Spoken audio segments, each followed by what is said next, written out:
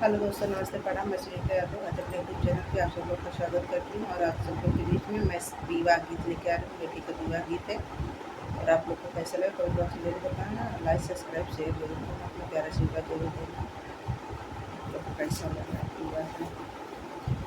काली बदरिया मावस की रतिया,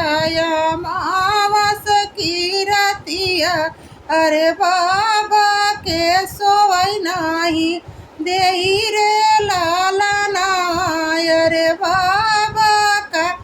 सोवै नाही देही रे लाला ना, बिना हो बिना हो दहेज बेटी कैसे बियाह भैयर, कैसे बियाह भैयर कर, अरे किया बेटी रही है कुंवर रे लाना, अरे किया बेटी रही है कुंवर रे लाना, एक बना गईले दूसरे बना गईले, यार तीसरे पहुँचे विदेश रे लाला नामा, यार तीसरे में पहुँचे विदेश रे लाला नामा, अरे ऊँचे लोग का ऊँची है बेली, अरे ऊँचे नाऊ ना करा मांगा रे लाला नामा, अरे ऊँचा ही उना करा मांगा रे लाला नामा, बेटी के बाबा के नीची पगड़िया, अरे रोई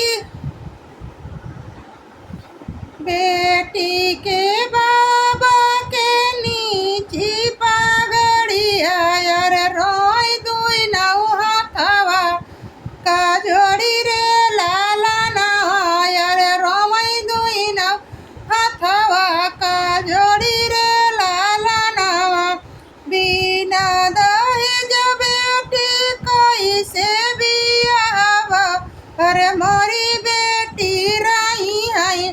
कुंवर रे लाला नामा, अरे मोरी बेटी रही है कुंवर रे लाला नामा,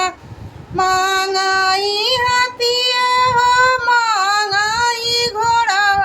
अरे मांगाई मोटर कर रे लाला नामा, अरे मांगाई मोटर कर रे लाला नामा, रे बाबा से मांगैया ना धना सोनावा, अरे नहीं दिया रही है कुमार रे लाला नामा, अरे नहीं दिया रही है कुमार रे लाला नामा, अरे नहीं मोरी हाथिया हो नहीं मोरे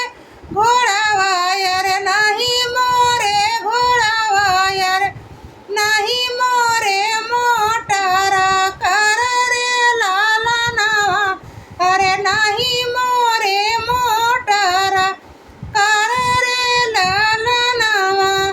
अरे हम तो एक धन के भैया ना मोला, अरे बिटिया अरे भाई के कराऊं, अरे बिटिया के कराऊं सभी कर रे लाला नावा, अरे बिटिया के कराऊं सभी कर रे लाला नावा। मेरा विवाह गीत आप लोग कैसा लगा कमेंट बॉक्स में जरूर बताना। लाइक, सब्सक्राइब, शेयर जरूर करना।